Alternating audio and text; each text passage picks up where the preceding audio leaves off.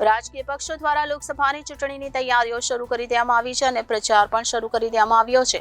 ત્યારે ભાજપ દ્વારા પણ પ્રચાર શરૂ કરી દેવામાં આવ્યો છે। ત્યારે સુરેન્દ્રનગર જિલ્લામાં ભાજપ પ્રદેશ પ્રમુખ CR પાટીલની અધ્યક્ષતામાં સુરેન્દ્રનગર લોકસભા બેઠકના પક્ષના બૂથ પ્રમુખ શક્તિ કેન્દ્રના સંયોજકોનું એક સંમેલન યોજાયું હતું।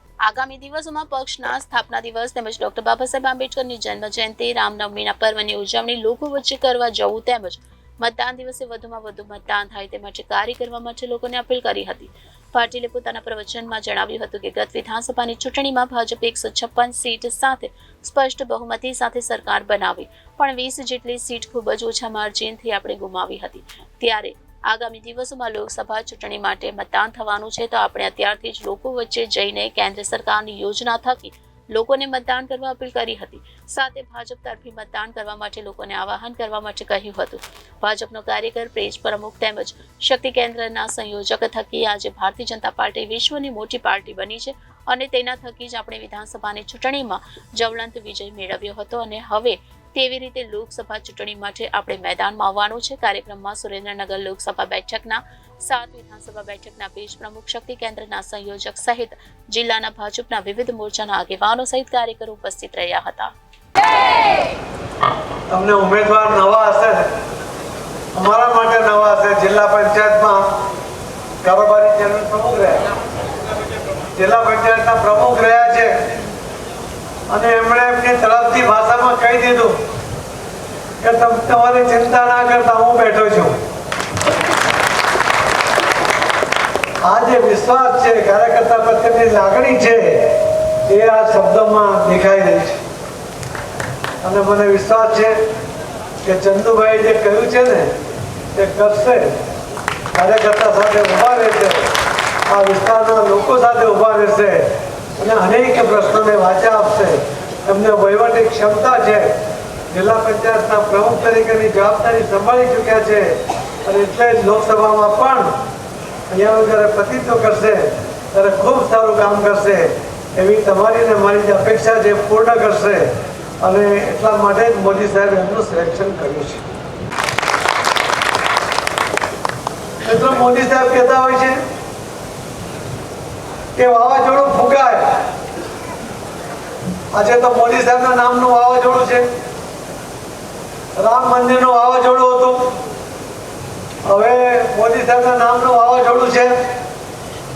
પણ સાહેબ એમ કે વાવાઝોડું હોય અને તમારી સાયકલના ટ્યુબમાં જો તમારે હવા ભરી હોય અને તમે વાલ પકડીને ઊભા રહો કે વાવાઝોડાના હવાના તાકાતમાં હવા ભરાઈ જશે તો ના ભરાય, ભરાય? બોલો। એના માટે શું જોઈએ? એના માટે પંપ જોઈએ।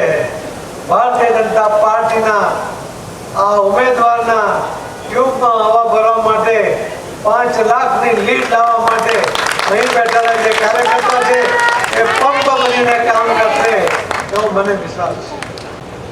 મિત્રો, હમણાં પરમ દિવસની મિટિંગમાં મેં કહ્યું હતું કે ટેકનોલોજીનો ઉપયોગ કરો, ડેટાનો ઉપયોગ કરો। આપણે એવું માનીએ છીએ કે સોશિયલ મીડિયાના પ્લેટફોર્મ પર આપણે સક્રિય હોઈએ એટલે આપણે ટેકનોક્રેટ થઈ ગયા। હવે સોશિયલ મીડિયાના પ્લેટફોર્મ પર સક્રિય હોવું એક અલગ, સોશિયલ મીડિયા એ અલગ છે, ટેકનોલોજી અલગ છે અને ડેટા અલગ છે।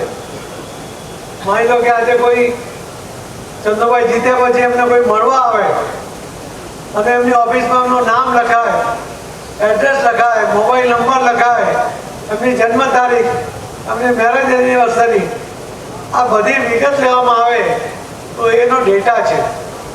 એ ડેટાને ટેકનોલોજીની મદદથી એને આપણે સેવ કરીએ અને શેર કરીએ, લોકો સુધી પહોંચાડીએ તો એ ટેકનોલોજી છે અને એનો પ્રચાર કરીએ, સોશિયલ મીડિયામાં લખીને એનો પ્રચાર અને પ્રસાર કરીએ, એ પ્લેટફોર્મ સોશિયલ મીડિયાનો છે।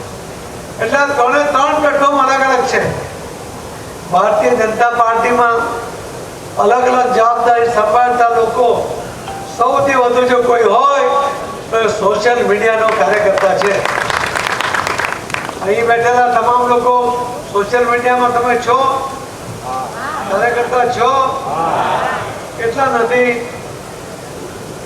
અહીં બેઠેલા દરેક લોકો કાર્યકર્તા છે. હું પણ એક કાર્યકર્તા તરીકે ભારતીય જનતા પાર્ટીના અધ્યક્ષની જવાબદારી મારી પાસે હમણાં છે, પણ હું સોશિયલ મીડિયાનો પણ કાર્યકર્તા છું.